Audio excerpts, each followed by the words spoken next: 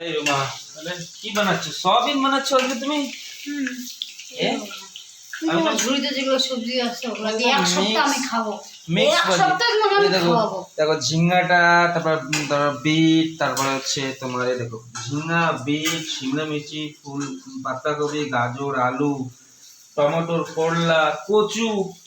এক সপ্তাহ বলে আমি তো তোমাকে 15 দিন ওগুলো দিয়ে বানাই খাওয়াবো। তো আমি তো তোমাকে 15 দিন ওগুলোই বানাই খাওয়াবো। সয়াবিন বানাচ্ছো যে তুমি? ওগুলো দিয়ে রিশু খাবে না তো, সয়াবিন দিয়ে খাও। আলু আর সয়াবিন যাই বানাও কিন্তু টেস্টি যেন হয়। দিনে টেস্টিতে না বানাইলেই হলো, মানে খাইতে যেন একটু টেস্ট লাগে। তুমি বানাও, আমি রিশু এরকম বসছি। ওই সয়াবিন পরীক্ষা আছে, ওকে ভালো করে না শিখাইবে।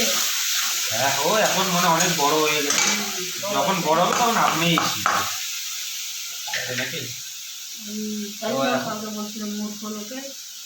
মূর্খ বলছিল এমনি তোমাকে। কাকে? রিশু।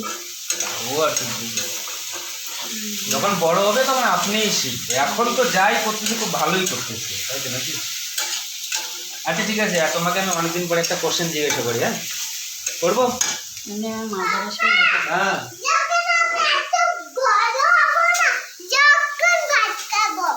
আচ্ছা যখন বড় হবে তখন